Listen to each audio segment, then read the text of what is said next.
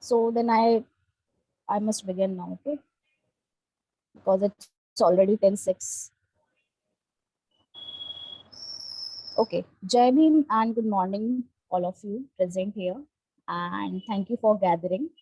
So we have gathered here to celebrate 131st birth anniversary of Dr.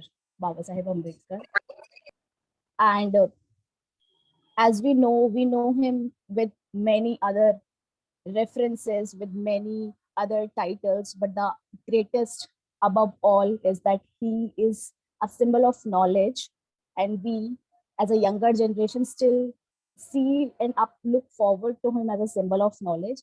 And I think word will not suffice to his grand aura and entire personality. And we all know who we are talking about here. So I would like to add some points here uh, in his remembrance, and to pay a tribute to his great personality, which is that he wasn't just a father of constitution or being revered as just a emancipator of Dalit. He was more than that. He was a great friend, a loving husband, and in this age of many influencers we see and are accessible to us in the age of digital world, he he is someone who is a source of, not only a source of knowledge, but also an influencer for all us people, and especially us the younger ones. And yeah, I mean, light which sustains us Ambedkarites, especially in our most vulnerable and difficult times. So a father figure to many of us, in fact. So yeah, that's it about the introduction and about the brief why we have gathered here today all. And now I would like to call Ashay, our youngest and most talented speaker of the day, the very first speaker of the day, to unmute himself and go on. So yeah, you can take the floor, Ashay, if you're here. Yes, hello, you can hear me? Yes. Okay. So, hello everybody, Jai Bhim. So, I'm going to talk about Babasaheb and how he looked on and how he reflected on the topic study. Okay. So, on the occasion of the birth anniversary of the greatest scholar, Dr. Babasaheb Bhimrao Ambedkar, I'm going to reflect on the topic study. And this is referred from the book, The Daily Routine of Dr. Ambedkar by Devi Dayal. Dr. Ambedkar was an ardent and an extraordinary reader. He read before leaving his bed in the morning, he read while he ate, while he moved, while traveling by car, train, or airplane. He read even as he relaxed, lying or sitting, and before going to bed. Each and every moment in his life, he would either read or write. So on several occasions, Dr. Babasaheb Ambedkar spoke about his studies. He said that it is regretting that people do not study. There can be no knowledge without study and no power without knowledge. Empower yourself before you fight anyone. In one conversation, Babasaheb said, "It is vain on your part to pretend that you do not have time. How much time do I get to study? On my return journey from England, I read 8,000 pages between Venice and Bombay. It was a 6 days journey." In other conversations, Babasaheb said that once I read for 64 hours at a stretch and only rose when I had finished the book. One day I started the book in the evening and got up only after I had finished it at 4 in the morning. Time for Babasaheb was for learning.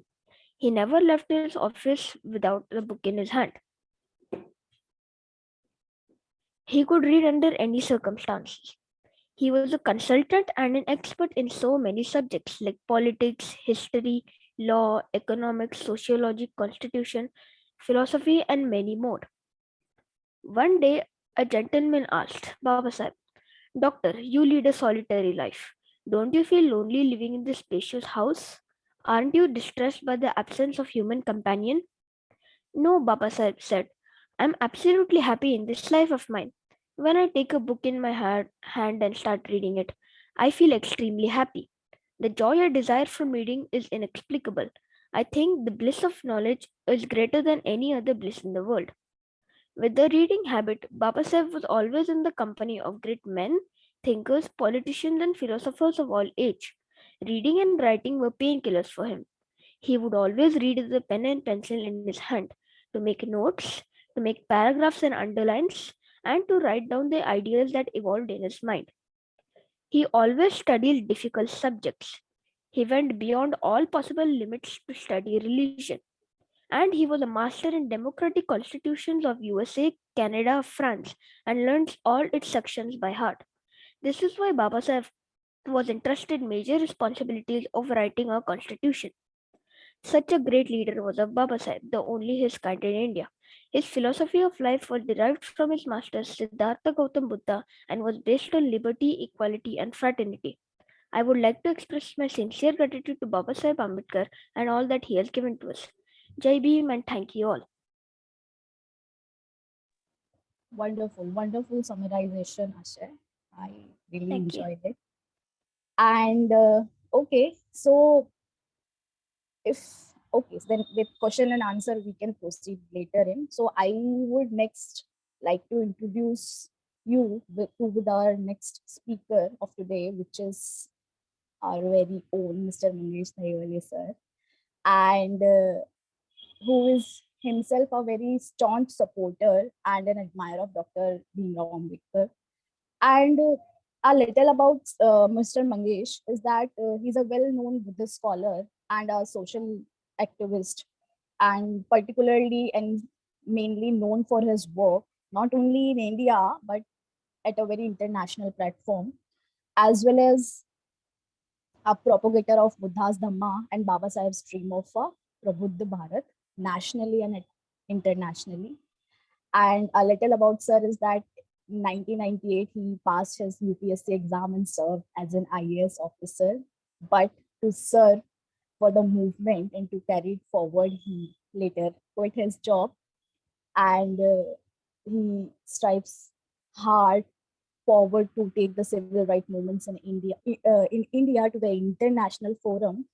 For that, he had traveled many different countries like Taiwan, Japan, and of course, United States of America. And also, he conducts the regular reading sessions here on this VRG group where we are present here. We have gathered here today. And he tries to study writings and speeches of Dr. Babasaheb Ambedkar, as I have mentioned earlier, that he's a scholar of Dr. Ambedkar's writing and speeches. Other than that, he has this vast knowledge to impart with us. So I would like to call on the floor Mr. Mangesh Dhariwale. Please go unmute and proceed with your talk today. Thank you so much, Shilpi. And all of you, very warm greetings on the eve of 131st of Babasaheb's Jayanti. And the enthusiasm all over the places is magical. And the people have been celebrating the Jayanti for a few days now. Today we are on 17th, but for us, the Ambedkarite every day is a Bhim Jayanti, where we try to remember our great emancipator, our beloved Babasaheb, every moment, every day, and we invoke his name on different occasions. As we know that Babasaheb Ambedkar was the master of many fields. He has mastered many domains of knowledge. He has mastered a lot of different skills. He was a human being at a level where even most of us even cannot dream of reaching. His story is not just from the rags to the glory. He himself said that a son of an untouchable becoming the member of Viceroy's Executive Council is just like an epic. So his life is like an epic. It's a story of a man who has faced all kinds of possible hurdles and made it to where it is impossible for many to even dream of. Ultimately, we know that he shaped the destiny of this very country by giving us the constitution, which is, I think, the invisible fabric that keeps our country going despite of so many odds that we face as a country, as a community, and so on and so forth. So his life is, of course, a celebration for all of us, because reading him, understanding him, we can derive a lot of inspiration, we can derive a lot of solutions for ourselves, we can learn a lot of things from his life, we can learn a lot of things from his thoughts, and there are so many dimensions to his life.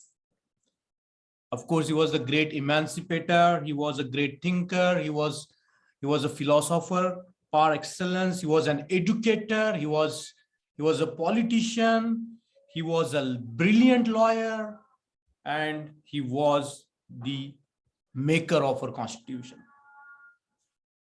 So when we look at Babasaheb Ambedkar, there are many qualities that stand out in Babasaheb's life.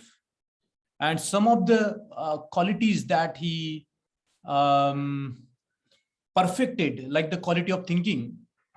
Even if we engage with Babasaheb's writings and speeches, we can see that his thinking is very stimulating, he's very engaging. And he is somebody who is not trying to convince you to his side. He's just trying to open up your minds to see the thing the way it is, to see the world as it was or it is. So that's the quality of thinking that Babasaheb Ambedkar had. And that's when we engage with this quality of his thinking, we begin to see a world in a very different, almost a new light. He was a voracious reader. As we saw Ashay mentioning about Babasaheb's efforts to read, he was such a voracious reader that he used to carry 4 or 5 books all the time, even when he traveled. And his house, he was, I think, one of the very rarest of the human beings who built a house for the books. Rajgriha, of course, was meant to be a very big library. He was a writer par excellence. The way he wrote, the way he expressed his thoughts, the way he expressed his ideas, we can see that in all of his writings. He had the great listening skill. He was somebody who could listen to anybody very deeply. Even when he's busy, one of his qualities was to listen very deeply, to listen the pains and the sufferings of his people, to listen what's going on in the world, to listen to the individuals, to listen to the groups, to listen to the communities. That was one of his very astonishing qualities. And the quality that I'm going to talk to you about him today is the quality of his speaking. And that's why I titled my today's talk as the Eloquent Emancipator. Because Babasaheb Ambedkar was an eloquent speaker. He was a man who could move the masses. He was the man who could stir your hearts in the direction of your freedom. He was the man who could show you the truth. He was the man who would speak through the problems. He was a man who could find the solution through the problems. Because for Babasaheb Ambedkar, communication was everything. For a person like Babasaheb Ambedkar, the communication was everything. He stood for the communication. His simple formulation was that the societies do not exist without communication. And to take one cue from his mentor, John Dewey, for him, communication is a community. So if there is no communication, there is no community. And that's why we see that excommunication as the social tool that was used by the Brahminical social order was meant to create the practice of untouchability, social boycott, excommunication. So in the scheme of Babasaheb Ambedkar, whatever he did, communication was a key. Without communication, we cannot think about the philosophy and the method of Babasaheb Ambedkar. So what does the communication do? The communication makes the communities to hold something in common. It can be an idea, it can be an ideal, it can be a symbol, it can be a thought, it can be an action plan. Without communication, a community cannot hold anything in common. And the group of people that cannot hold something in common cannot be called a community. So when Babasaheb Ambedkar defined democracy, one of the key definitions of his democracy, he has given many definitions of the democracies, but one of the key definitions of democracy in Babasaheb Ambedkar's writing and speeches was the democracy is the government by debate and discussion. And when we talk about the debates and discussion, we can talk about, am I audible there? Yes, sir. Yes, sir. Yes, Mangesh, you are clear, loud and clear. I think people have some issues with their phones. Their own connections, I think. Otherwise, it's going on smoothly. So he was somebody who has defined democracy in a very clear manner. He said, taking what we can say a definition by a very famous political philosopher, Babasaheb. He says that the democracy is the government by discussion. So discussion captures the very essence of the method and the vision of Babasaheb Ambedkar. And the master of communication Babasaheb Ambedkar was, and we are going to see today how this great emancipator has used the art of public speaking for the very purpose of emancipation of our lot and the people in general. Now, when we look at the biography of Babasaheb Ambedkar, he has himself said that he was not born a speaker. And it is said that psychologically, one of the greatest fears that the human beings have is the fear of public speaking, because public speaking is not easy. It is said that some of the people even thought, we have to check the verity of this very statement, that the fear of death is lesser than the fear of public speaking. So public speaking is not an easy task. It needs a lot of guts. It needs a lot of emotional sort of the strength. It needs a lot of intellectual sort of upbringing in a sense. So when Babasaheb Ambedkar relates about his experience of public speaking, he says that in the beginning of the movement, he was very scared to give the public speeches. He was very frightened to give the public speeches. So what he did, he read the biographies of the great people, the great orators. And we know that Babasaheb Ambedkar was an ardent fan of Lincoln, and he has studied Lincoln's speeches, and we find the references of Lincoln's Gettysburg Address in some of his writings. So what a shy man like Babasaheb Ambedkar would do in the beginning of the movement? How would he prepare his speeches? And I think that's very important for us to know, because in any case, we have to develop this art of public speaking, because Babasaheb Ambedkar said that, I would try to train the young people in the art of public speaking. He was indeed going to, train people in public speaking in his colleges, in his Million College. He was trying to launch a program to impart that knowledge of public speaking. So how would Babasaheb Ambedkar prepare his own speeches, So there are some references where it is said that Babasaheb Ambedkar had written a speech 14 times. So writing a speech, delivering a speech is a hard work. We just see the performance, but we don't see what has gone behind that performance, what had gone behind those speeches, what kind of the efforts that Babasaheb Ambedkar might have put up when he has delivered the profoundest of the speeches, that some of the speeches that we are going to look into, not at details, not at length, but just touch upon some of the speeches that Babasaheb Ambedkar gave. But suffice here to say that become an orator for Babasaheb Ambedkar was not an easy task. It is not an easy task for anybody. So what would Babasaheb do in the beginning of his days? He would write a speech 14 times.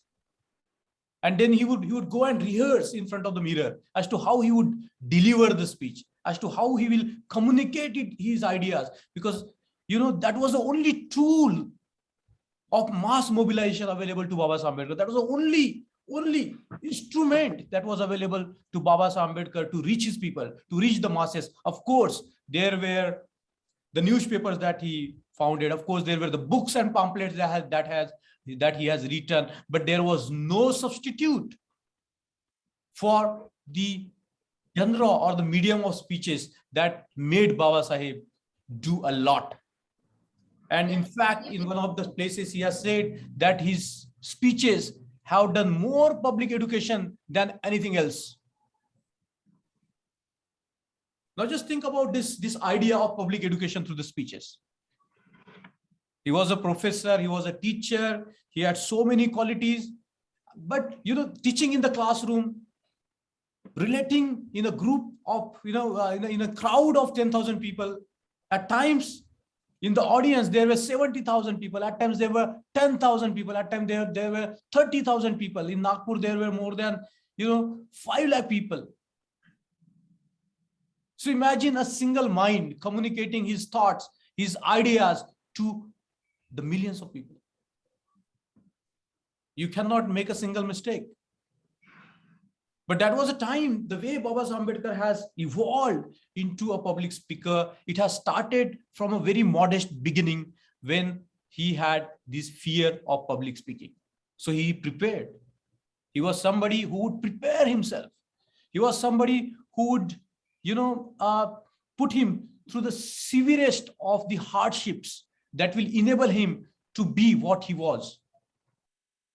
So that's a lesson for us as to how to speak like Babasaheb Ambedkar, even how to attempt to speak like Babasaheb Ambedkar needs a lot of hard work. And of course, if you want to speak, you should know what you are going to speak. That means a good speaker, and a speaker like Babasaheb Ambedkar has to be a master over the subject. He has to master the very content of the subject that he is going to make his speech. Now he is talking. So what we are trying to get it at here is a journey of a man from, fear to fearlessness, to controlling the people. I want the use of the word control is not good, because he was not somebody who would control our minds. He was an emancipator.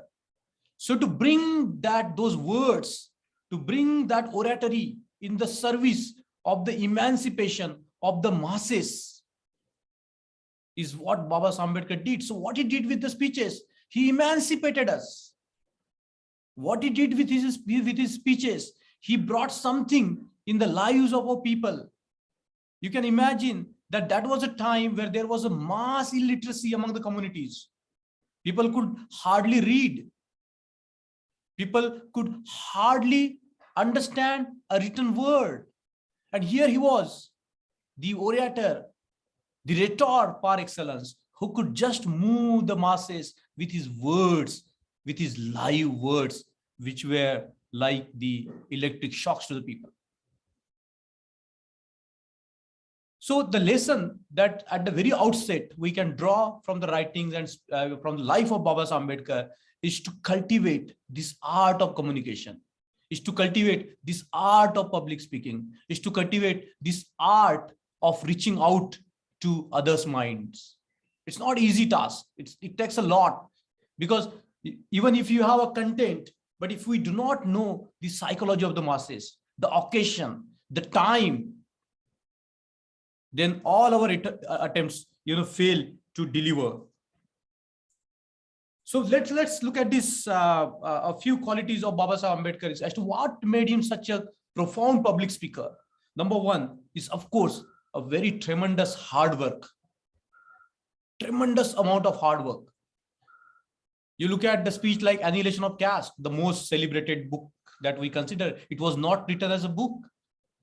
It was the speech that was to be delivered.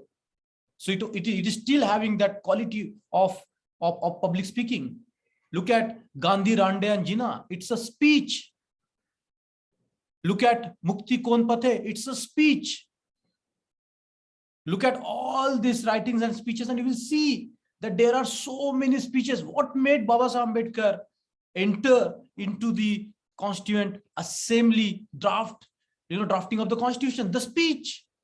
Had it been not for his speech of 17 December 1946, what would have happened?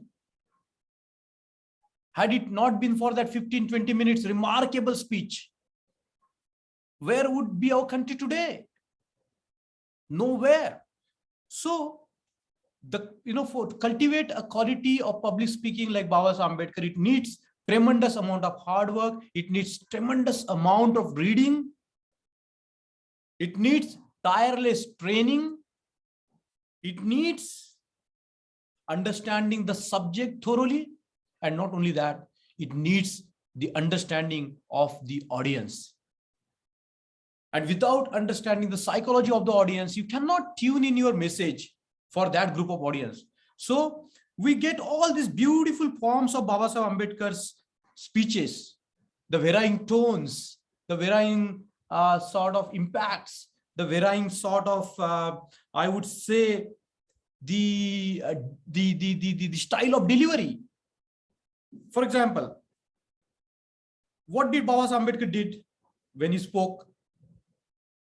How did he use his speech?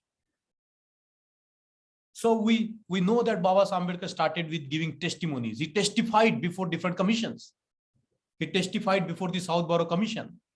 He testified before, what is called the commission which came for the banking reforms. He testified before the Simon Commission. It's a live testimony, though we find it recorded later, but it's a oral testimony. And before Babasaheb Ambedkar gave these oral testimonies, he has prepared the written forms of those testimonies. So the one genre that Babasaheb Ambedkar used in the speaking, in the art of speaking, was to give testimonies. And his testimonies are very profound. We can still read them. Hilton Young Commission, that's what, thank you, Vidyanand. So he gave testimonies. He talked to the people in power. But he never bogged down whenever he talked to the people in power.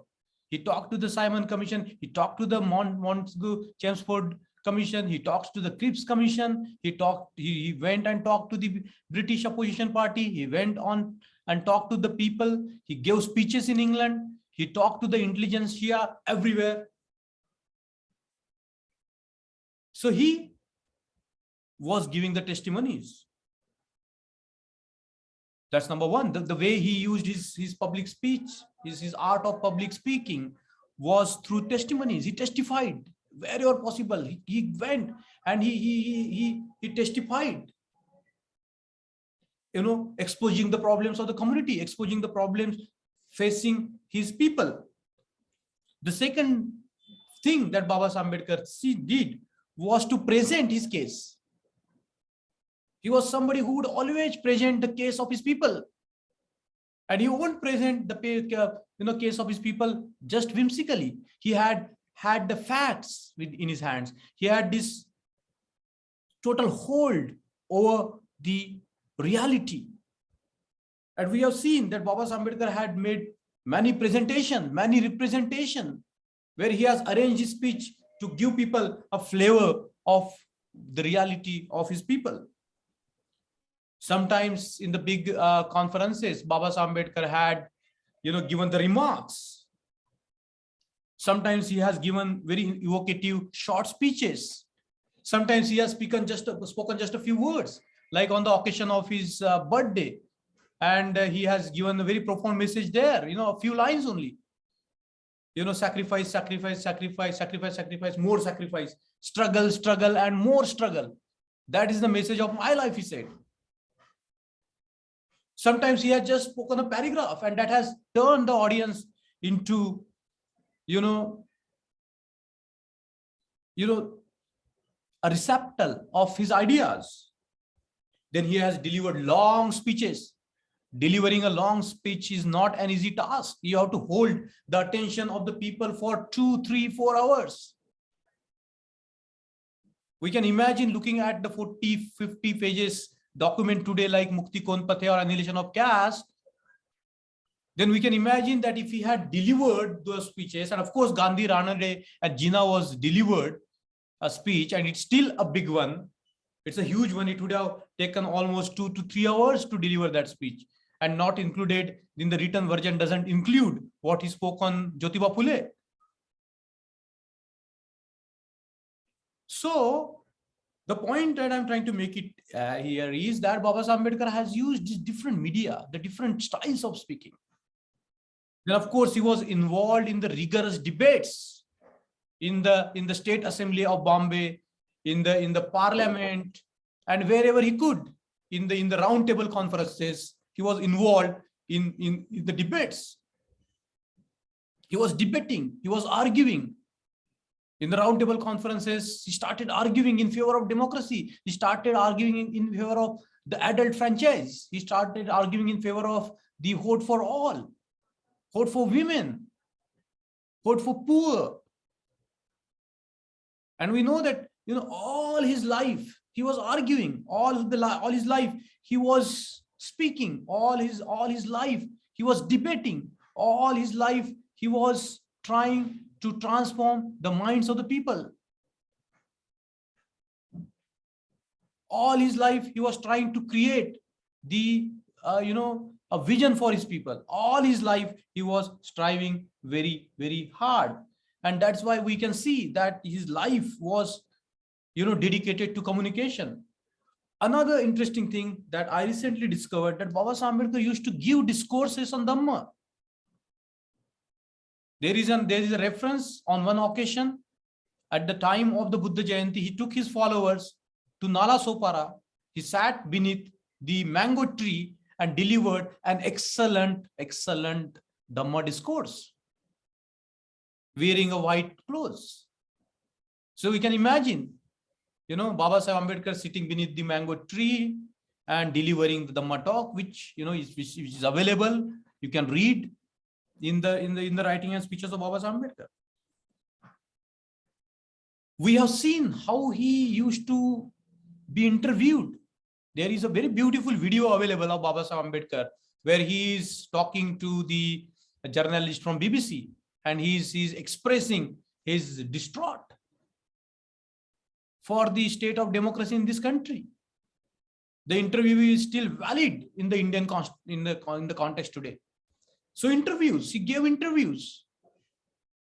He talked to the Voice of America. He talked to the BBC, and we are sure that we can find, if we dig deep, we can find a lot of his interviews.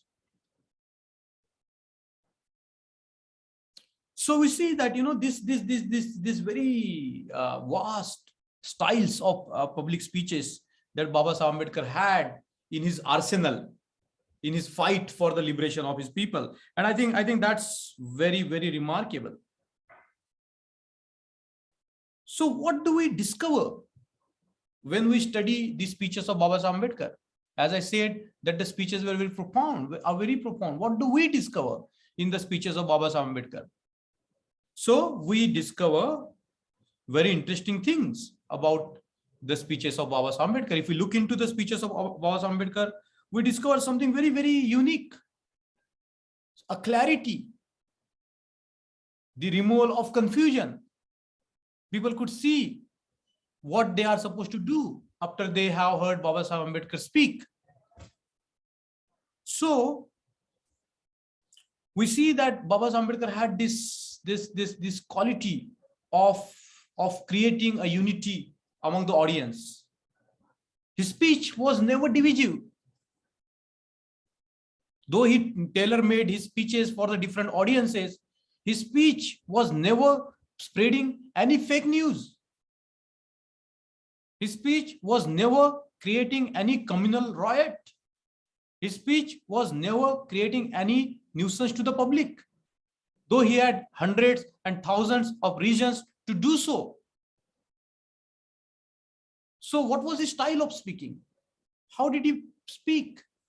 So whenever he spoke, he always spoke with an intention to create an unity and harmony among the people.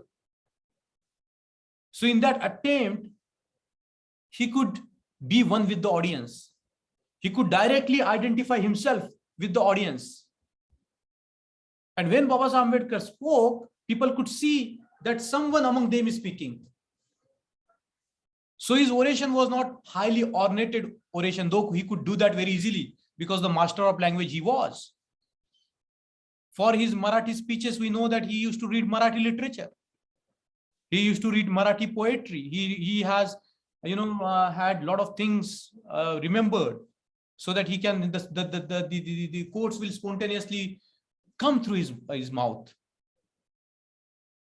So what we see in his speeches is a quality of uniting people, to bring harmony in the society, to bridge the divisions between the people. You pick up any of his speech, you will never find the carelessness of a demagogue, a carelessness of the people who tend to become the dictators. So the first thing that you notice when we study his speeches is his quality to unite the masses, to make them feel that he is one among them, that he is them and they are him. And that's the quality that we need to seek, because before you speak, people need to understand, people need to identify yourself as you are one among them. Then the logic that Babasaheb Ambedkar delivered through his speeches. The way he has arranged his speeches are very logical. You pick up any of his speech. So if he will make one point, he will not let it hang in the air.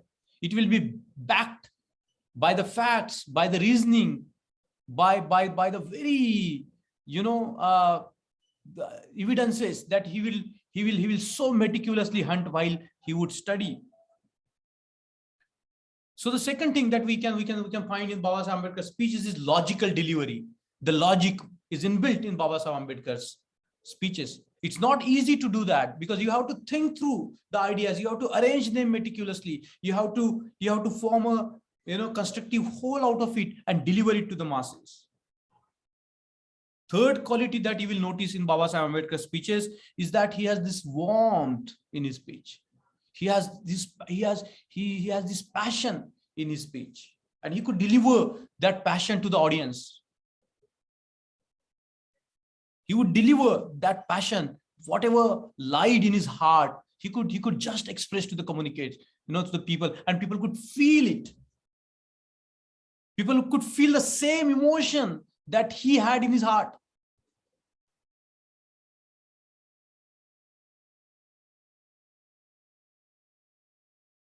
So let's look at some of the endings of the speeches. For example, there is a very famous speech, Mukti Kon Pate, that Babasaheb Ambedkar delivered in Dadar after he denounced Hindu religion. He said that I won't die a Hindu in Evla. And after that, there was a big meeting convened in Dadar in Bombay in 1936. And the audience, huge amount of audience. They say that more than 10,000 people were there. In Varali, 10,000 people, more than 10,000 people. You can imagine 10,000 people. And Babasaheb Ambedkar is delivering this very long speech called What Way Liberty, Mukti Kon Pate. And he goes on explaining, what way our liberation lies. And at the end of it, he summarizes the whole question of where our liberation lies. In one sentence, he summarizes where does our mukti lies. So in 1936, in this remarkable speech, after I'm sure going on for speaking for about 2 hours, Babasaheb Ambedkar comes to the end. From the high point, he comes to the end, and he has to deliver his passion. He has to deliver his message. He has to deliver something that will be etched in the heart of the people when they go home. What does he say? What does Babasaheb Ambedkar say at the end of this very remarkable speech? He says that I would like to give you the same message that the Buddha has given in Mahaparinirvan Sutta to Ananda. He says, be your own light. Do not depend on others. Do not be satellites. This whole speech of 2 hours is summarized, as if on this single point. When Babasaheb Ambedkar says, be your own light, don't depend on others. There is no emancipation. There is no emancipator who lives outside you. You have to work out your own emancipation. That's the only way. For example, when he goes on, delivering, that speech remained undelivered, but we have the written version of that speech, annihilation of caste. What happens at the end of the annihilation of the caste? Very remarkable. The whole speech comes to the end. And what is the conclusion of that speech at the end? What is the remarkable conclusion that Babasaheb said? You do whatever. You cannot annihilate the caste unless you annihilate the sanctity of the Brahminical Shastras. One line, that's it.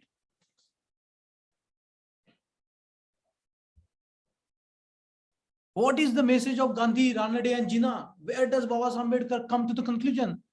What is that single thought that we can take out of his speech? He says that, worshipping the great man is never going to liberate our country, is never going to lead this country to democracy. Forget the great man. Think of a common man and the welfare of the common man. You see what I'm trying to get it at? So whenever we study the speeches of Babasaheb Ambedkar, we can see these beautiful qualities that are underlying all of his speeches. So we see that he has this tremendous capacity to identify himself with the audience, and the audience will at once feel that he is one among us. So for example, you look at the 17 December 1946, in the beginning of the speech, he identifies himself, he clears all the doubts as to who he is. What does he stand for? He says that I am an Indian, I have the same stakes in this country as you have. He's not speaking as a representative of a particular community. He's speaking as an Indian who is having stake in the future of this country. Before entering into the Constituent Assembly, people had a lot of anger about Babasaheb Ambedkar. But in a very few paragraphs of that 17 December 1946, he clarifies who he is and what does he stand for. He says that there are warring camps in this country. I am leading one warring camp.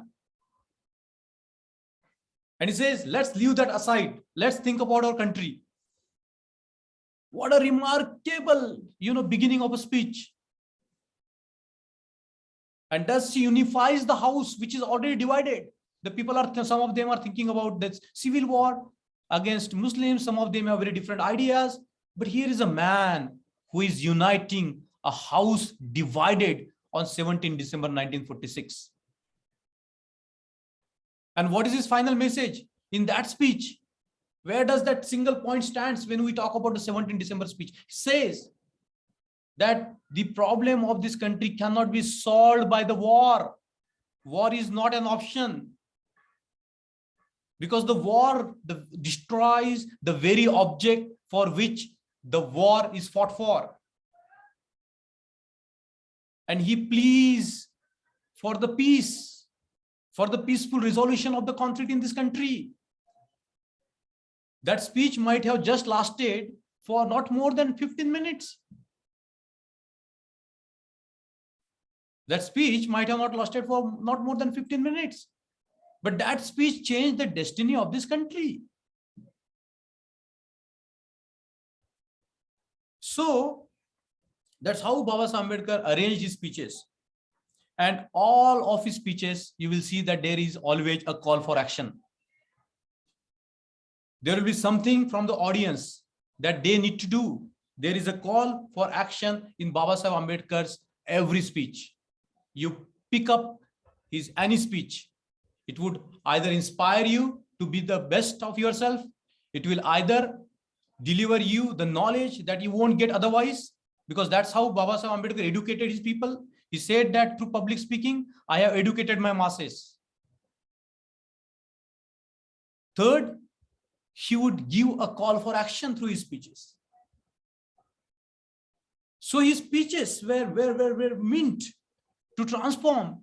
His speeches were meant to change the society. His speeches were meant for bringing about the much required change in the communities. And as I began with in the beginning, that the communication was a key to him, because he has seen the power of excommunication. His people were treated lower than the animals because of this single social device that the Brahminical social order used, the device of social boycott, excommunication, not talking to the people, not having any intercourse with that group of people, with that community of the people. So the only tool that is available to us at this moment is the tool of communication. And Babasaheb Ambedkar stands very high in terms of the quality of public speaking, in terms of his abilities to communicate, in terms of his skill to communicate even the most difficult things that we cannot otherwise deliver through our speeches. So, to come to the conclusion of our today's program and today's this speech is what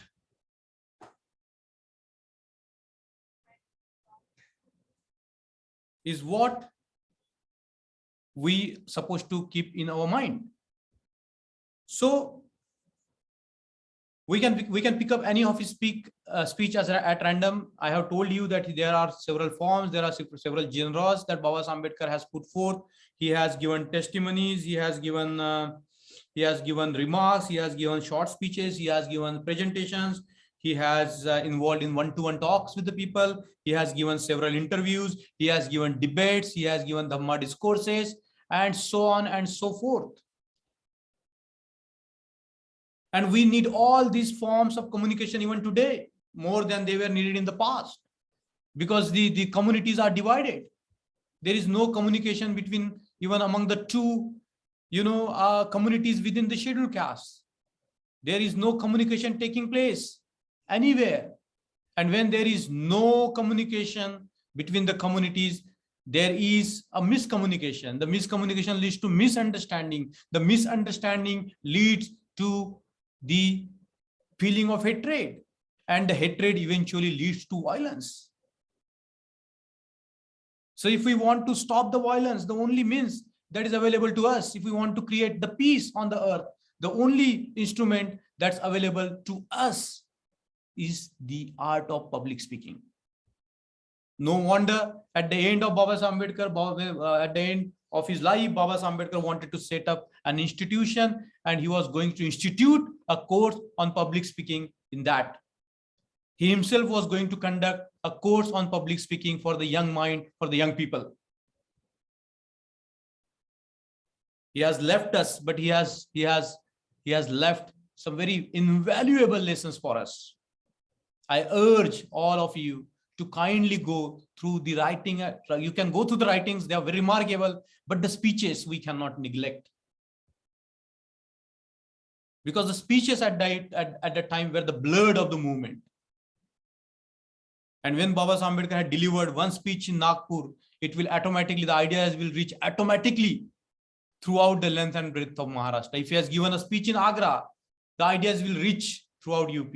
If he has talked in Tamil Nadu, the ideas will reach that way everywhere.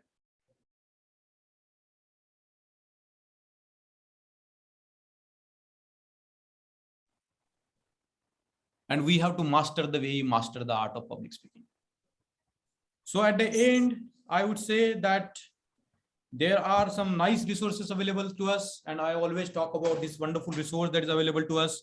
The speech that Babasaheb Ambedkar delivered on Buddha or Mars, a remarkable speech Babasaheb Ambedkar has delivered. That speech is also available to us in the audio. A part of it is also available in the audio. The whole speech is available in the written format. What is the end of that speech? What is the high point of that speech?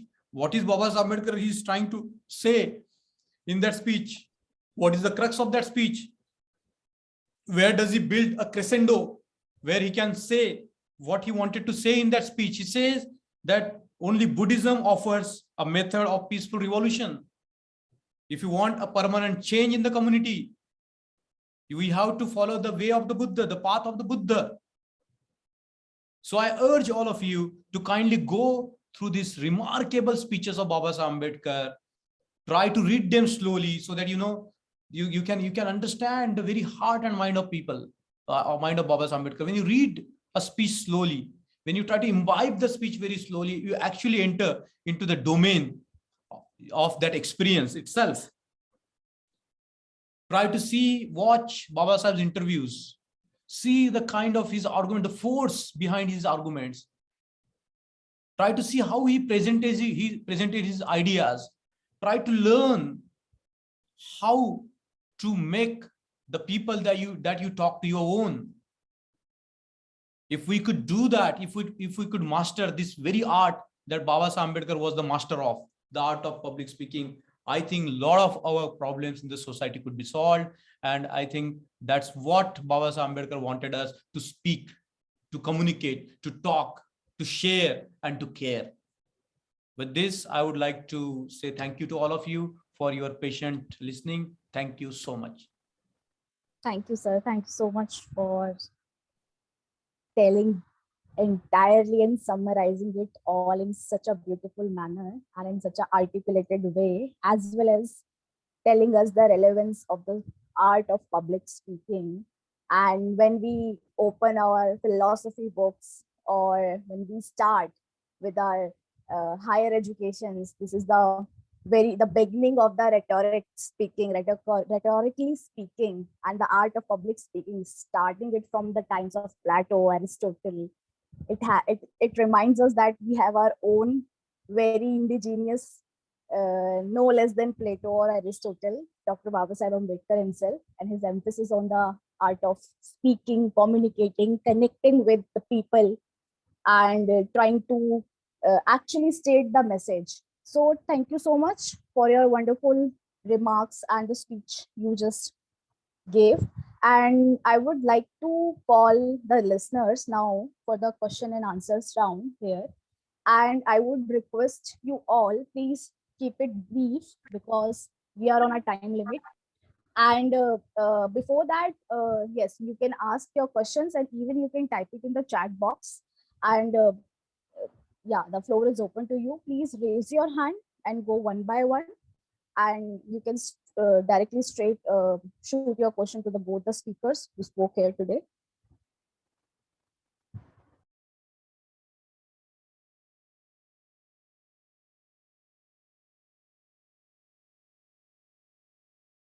Yes, you can go one by one and unmute yourself and start asking the questions, please.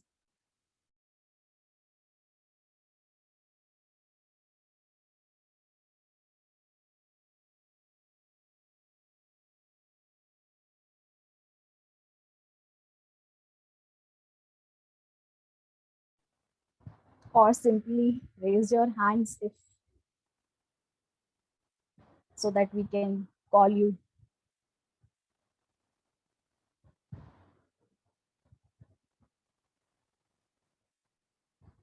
I guess there are no questions here for you, sir. You have summarized it so well. Wonderful talk by Mr. Mangesh Dahiwale. It was really important, and we as a listener received very powerful insights from the talk, the qualities of the speeches, not only the writings, and what we can learn from them. You have explained it in very well, and it's like really powerful, and it can shift and it can transform many listeners. I see. My question is like in a society, we see there are people who are specifically speakers. Like there is a one sect who talk and deliver speeches, and they have hold on delivering the powerful speech and excellent delivery they have. But what they lack, or I would say, they are not action oriented.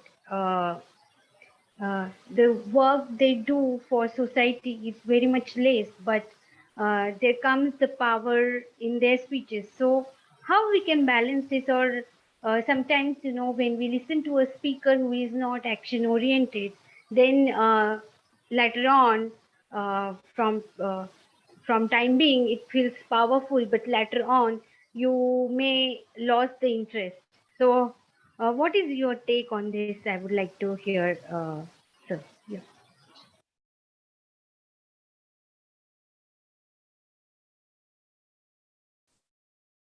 No, I think the question is this, that even the dictators master the art of public speaking.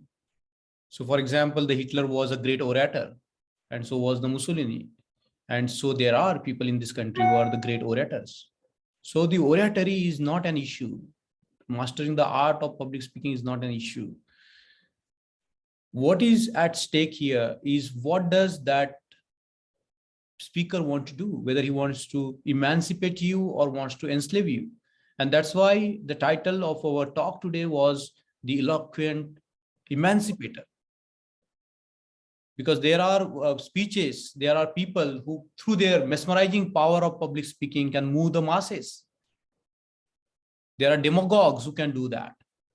But to what avail? To what purpose? And this speech, that what I talked to you about, I just talked to you about, all these points pertains to you as to what you are doing. Whether you are working on yourself to deliver, to communicate, forget others. What are we doing? How are we reflecting? How are we communicating? How are we trying to reach out to the audiences? Of course, we can judge the different speakers. Of course, we can try to know their bad qualities, good qualities, whatever, their intentions. But the most important thing, the underlying message of this speech is to how we can cultivate that power for ourselves, how we can cultivate that power for our youngsters, how we can cultivate, how we can bring that power of public speaking in the communities. How do we, in other words, prepare ourselves to talk, to negotiate, to impart knowledge, to create a sense of community, to create a sense of oneness. I think that is the point that I was trying to make here. I'm not going to judge because that's not my topic today, to judge the speakers in the communities and elsewhere, because we all know that there is a demagoguery going on everywhere. There are people who can move the masses through their fake news, through their propaganda. We know that it's happening. It has happened in the world. The whole race of people are fooled through the rhetoric, as Shilpi was talking about rhetoric. She's right. That was the power people had in the ancient Greek, the power to speak, mobilize the masses. It said that Churchill used the words as the weapons and used them against the enemies. He had nothing, only the words as the weapons. Similarly, Babasaheb Ambedkar had only words to mobilize the people. But those words were potent. They still move us. They still bring something out of us, urge us to do something for us and others. I think that satisfies your question. Yes, thank you very much. Yes, sir. We have two more questions in the chat box for Go you. on. One, yes, it's from Pankaj, sir, that how to control emotions while delivering a talk. And another one is from Mahasen, sir, who wants you to throw some light on Babasaheb's communication with Mahatma Gandhi. Okay. Let's deal with Pankaj Bhai's question first about this very remarkable sort of a question, how to control the emotions. You cannot, because see, the emotions are constructive and destructive. And through your speech, is you not only communicate the words, but you also communicate your emotions. And emotions, by definitions, move the masses. Sometimes emotions are so powerful that you don't have to speak a single word when you speak. So there is an instance of George Washington. So he was standing in front of the troop, and somebody has brought a paper for him to sign on. So he took off his glasses out. He took the glasses, he put them on his eyes, and see, my eyes had weakened in the service of this country. That's it. He doesn't have to. He doesn't have to show how patriotic he was. There are some emotional gestures.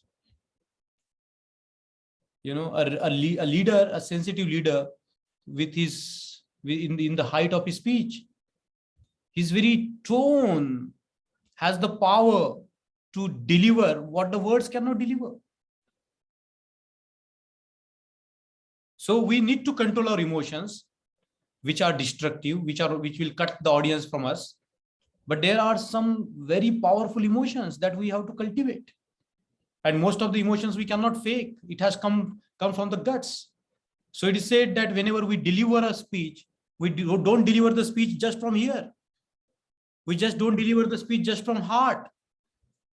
We also have to deliver our speech from the guts, from the depth of our being. That speech comes from the depth of the being. When you are committed to certain issues which are deeper, which are sensitive, which means a lot to you, you just don't speak through your mouth. You speak through your body. You speak through your guts. You speak from the depth of the being. So it depends on what emotions, Pankaj Bhai, that we want to evoke. At the end of the speeches, the demagogue or the dictators will also invoke emotions. They will say that your religion is in danger. Your country is in danger. They are powerful emotions. The emotions of patriotism, the emotion of the group psychology, they're very powerful. In this country, there people say that, this religion is going to attack you, that religion is going to attack you, these people are dangerous. Very strong emotions. They move the people to do something which they cannot normally think of doing. They can even do violence. So you're right, controlling emotions is required, but the positive emotions has to flow through your speech. The audience should be able to see what you stand for, what values you cherish, who you are. You see?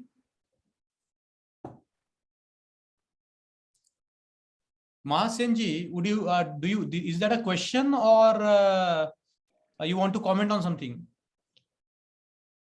Because I didn't get what questions. Comment. Please go on, with permission of Shilpi.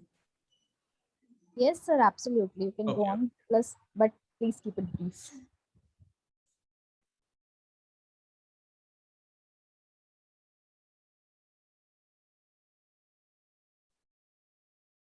Sir, you can, Mahasen, sir, you can unmute yourself and just state and comment. No, I told him he can, comment on that. Oh, okay. Okay. You see, whenever you are fighting a person of Gandhi's stature, who was, to my mind, was backed by the huge Baniya capitalism, and the huge media was backing Gandhi then. The entire Indian press was eulogizing Gandhi. A lot of money was flowing into his treasury. So he was, of course, a big man, though created by media and the power of Baniya money. He was one of the big leader at that time. And to negotiate with a person like him, Babasaheb Ambedkar didn't go to his table to negotiate. It was Gandhi who called for, and Gandhi thought that he must be some kind of an upper caste. Gandhi couldn't take. That's also the power of speech, communication. What do you wear? That's also the beginning statement. What do you wear? You look at the way Babasaheb Ambedkar wore his clothes. That's also a statement. Sometimes it speaks louder than the words. How you present yourself, what kind of the dress you wear, how you carry yourself, what is your demeanor, whether you are dignified. So public speech is not just about words, as I said. It's also about how do you carry yourself in any communication. Can you imagine Babasaheb Ambedkar delivering a speech in wearing t-shirt? No. He has to prepare himself to present himself to the masses. You see anywhere, any photo of Babasaheb Ambedkar when he is delivering speech, he is very meticulously dressed. That means he has thought about what he is going to wear. Look at the Diksha Bhumi program. He wore dhoti, white kurta. Why is that? Even what you wear communicates. So with Gandhi, you can imagine that a barrister in his immaculate Western suit visiting him and talking about the problem of untouchability, that itself is a statement. And then we know that the argument went back and forth, and what happened at the end. There also, you can see that Babasaheb Ambedkar's negotiating skills. Of course, he didn't want to negotiate at all, because whatever he has earned for the community was so much of the benefit for the community, he didn't want to let it go. But the kind of blackmail and to the corner Babasaheb Ambedkar was pushed into, he has to negotiate, and then he worked out the best terms for his community.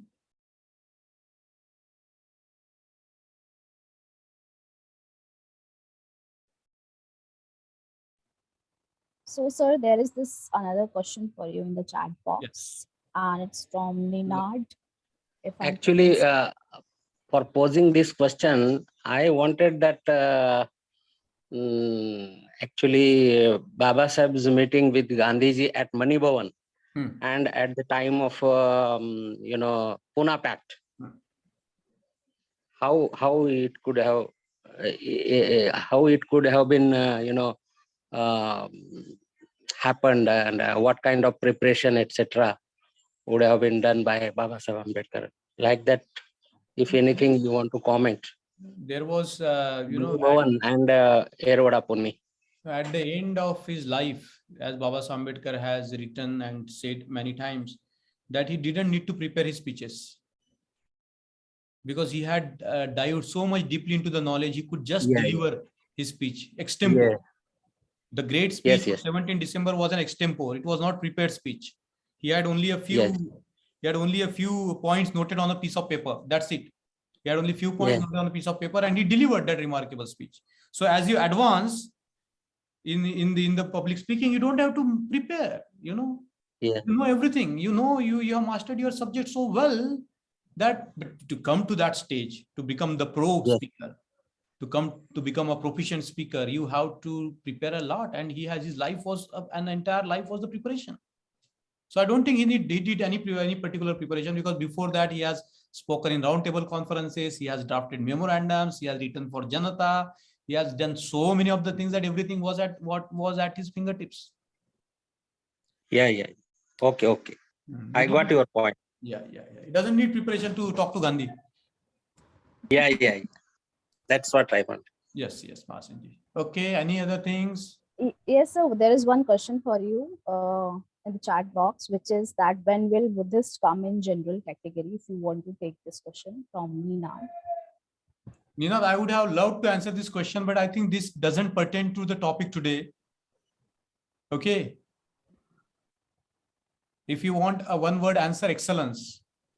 If the Buddhists excel in every field, the whole India will follow them.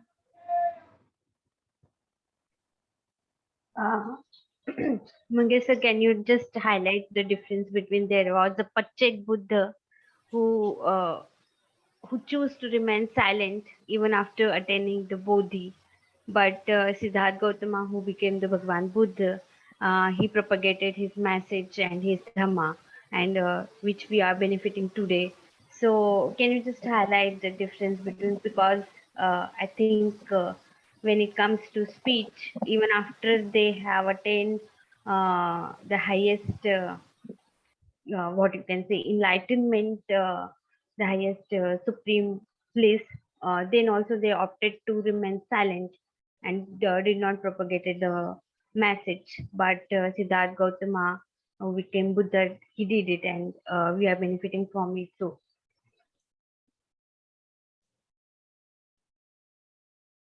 So thank you so much for this question, Rucha, because I think this is beyond the scope of our talk today, as I particularly don't know what is this Pratyek Buddha business all about, and I will certainly say that I don't know about these categories, and this list of Pratyek Buddha or Bodhisattva, I think they are just lists. We shouldn't take them too literally. But coming to the Buddha and his communication skills, I think this can be a good topic to talk about, because the Buddha by essence cannot keep quiet. And whatever Buddha says is the Dhamma. Whatever is uttered from the mouth of the Buddha is the truth. And because it's truth, it is the Dhamma. And because it is the Dhamma, it is the truth. So the Buddha himself was the master of communication, and he developed a language to communicate his teachings. It is now said that the Pali is a language that the Buddha himself developed to communicate his terms of thoughts, to communicate his thinking, to communicate his practice. And there are a lot of mudras of the Buddha, but the interesting mudra or the most famous mudra is the Dhamma Chakra Pravartan, where the Buddha is communicating, he is making the gestures of hands to communicate. And these all mudras are communication. They communicate something. These communicate fearlessness. These communicate dana. And there are these all hundreds of mudras of Buddha, which communicates a lot of different things. So mudras are very important. They are the forms of communication. There is one, the symbols communicate. Babasaheb Ambedkar, used a lot of symbols to communicate. So of course, communication is a key. For the Buddha, it's a key. Without communication, the Buddhism cannot exist, because that's what happens in the Dhamma Chakra Pravartan Sutta. When the Buddha communicates, Kondanya knows, and when Kondanya knows, he's called the Kondanya who knows, isn't it? So I don't know about these Buddhas who keep silent. I don't buy into those technical categories, but I think for us it's very important to communicate. For the Buddha cannot but communicate. An enlightened mind cannot but communicate. They have to. Because it's a compassionate mind. They have to give the Dhamma to the people. So I think it's very interesting. The question is very interesting from the point of view of the Buddhism. Or when you know the truth, you cannot but share with others. And the truth will always make you share it with others. That's the quality of the truth. That's the quality of the enlightened mind. That is the quality of the emancipator. Otherwise, there is no emancipatory quality in that person if they cannot communicate the truth that they have themselves found out. Isn't it? So I think very good question. And when we talk about this all different symbolism, for example, we know Kanshiram Sahib has given so many speeches, but what do people remember today? Oh, just a pen. He takes a pen in his hand and he says that, this is like this. A few people are ruling it. Isn't it? The 15% of the people are ruling it and 85% people are down. So the structure has to be like this. And if this don't behave, the structure has to be done like this. Single gesture of pen communicates more than a speech could communicate. Isn't it? So I think we have to learn all these beautiful forms of communications. From Kabir, we have to learn. He was a great communicator. From our forefathers, we have to learn. From the Buddha, we have to learn. And for all those great teachers that Buddhism produced, they were all good communicators. They were best communicators they were. If I'm enlightened, I cannot communicate to you. How do you know that I'm enlightened? Nobody will know. If the Buddha doesn't speak, how do people know that he's the Buddha? What temperature is it? Okay. Please go on mute. Yes, Shilpi. I Yes, think sir. okay. So Another yes, 5. sir. Yeah. Go on. So I would like to add one concluding note here, Please. because as we have arrived towards the end of this session now, and after that, if there are not any further questions from the audiences here, we can wrap up the session of today by with the live song of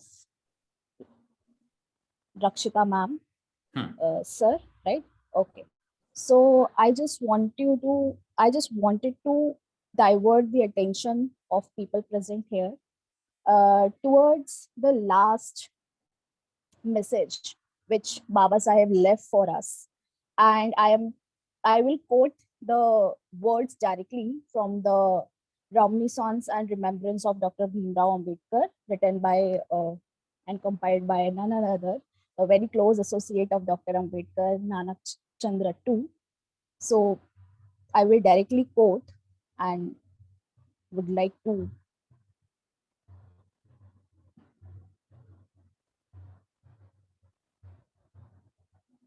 just a moment, sir.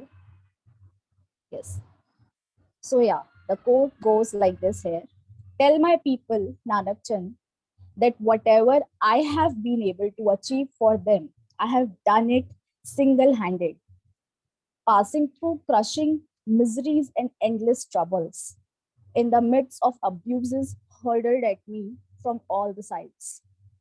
More so from the Hindu press, fighting with my opponents all my life, as also with a handful of my own people who deceived me for their selfish ends.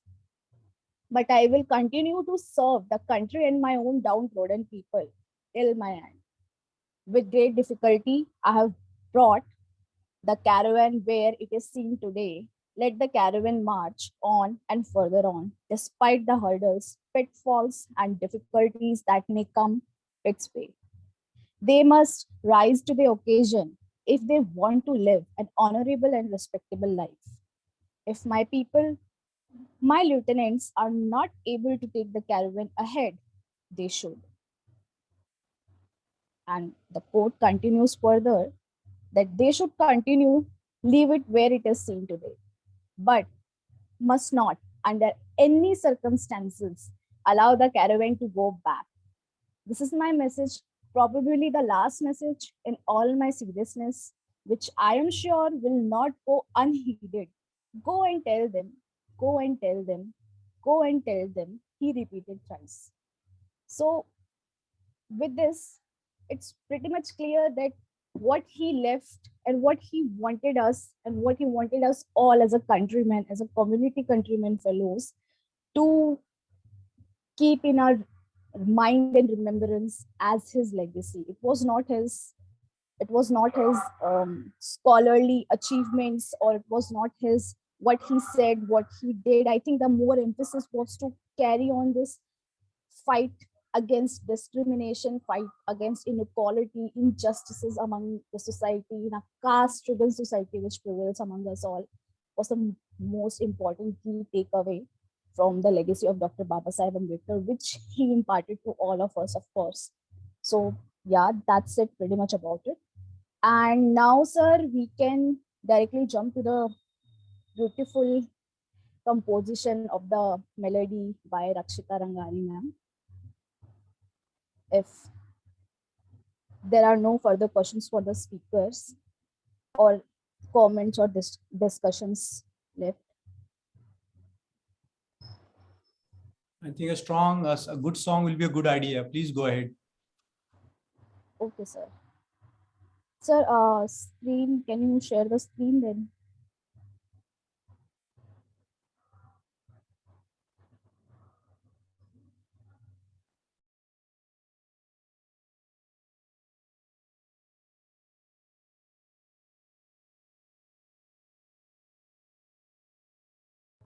It's done. It's not showing, sir. Uh, You have to share your screen, sir. yes. I let the option of letting the participants to share their screens. Okay, sir. It's okay. We can wait for 2 more seconds and Yeah. Take your time. yeah, then we will be concluding. Okay.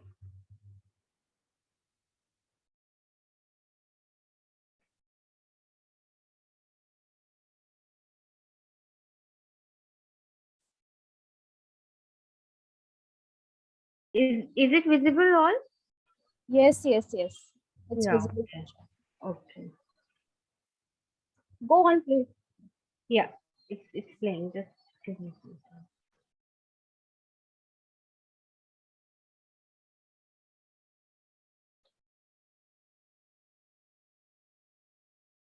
Bharat का संविधान बनाया, Hindu code तैयार किया, धम्म की दीक्षा भी दी और देश को एक नई शक्ल प्रदान की। इस महामानव को मेरा कोटि कोटि प्रणाम।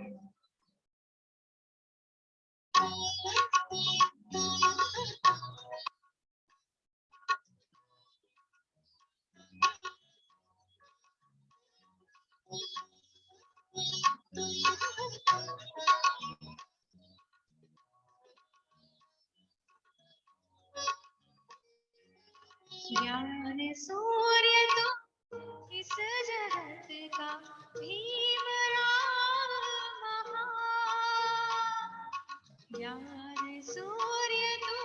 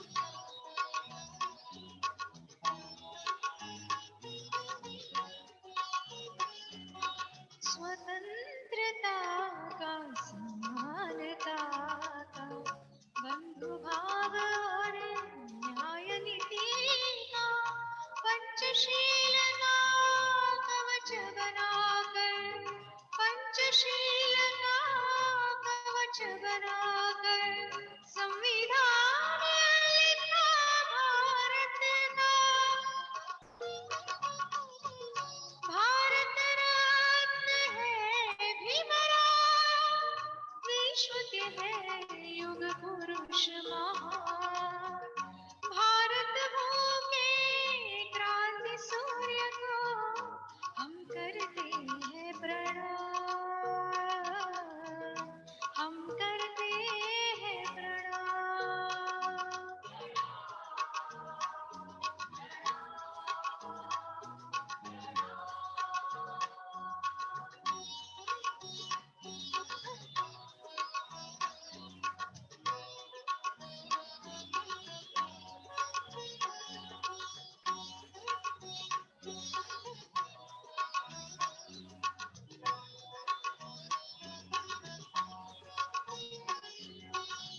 इस धरती का कोई इंसान आज किसी का नहीं है नाश।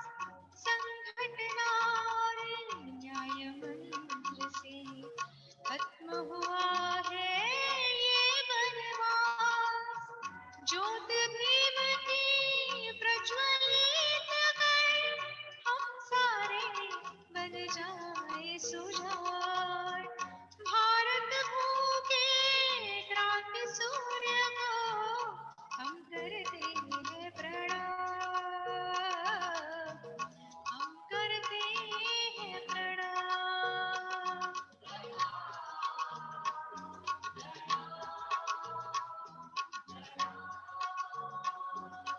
ज्ञान सूर्य तू इस जगत का, भीम राव महान। भारत भूखे क्रांति सूर्य को हम करते हैं प्रणाम, हम करते हैं प्रणाम।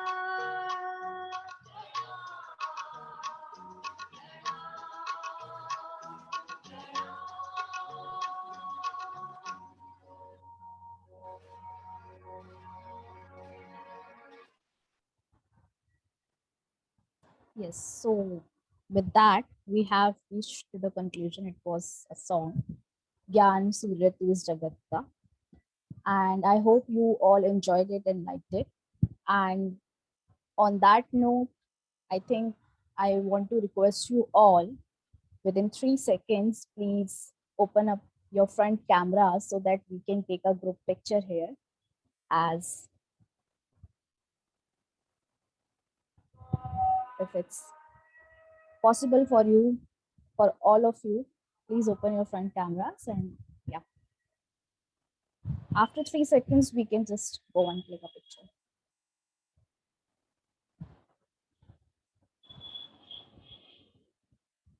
You're on mute. Wonderful anchoring, Shilpi, and the end message you delivered is really very powerful. Wonderful song by Rakshita ji. I request all of you to make their videos on, and we can take Babasaheb Mudra position. Yeah. We see generally in his statues. Yeah. So we can take that. Yeah. The index, the pointing of the index finger. Yeah, we can do that.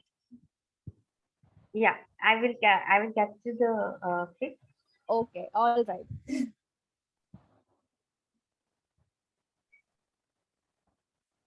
Ready? 1, 2, 3, smile. Just give me a moment. Okay.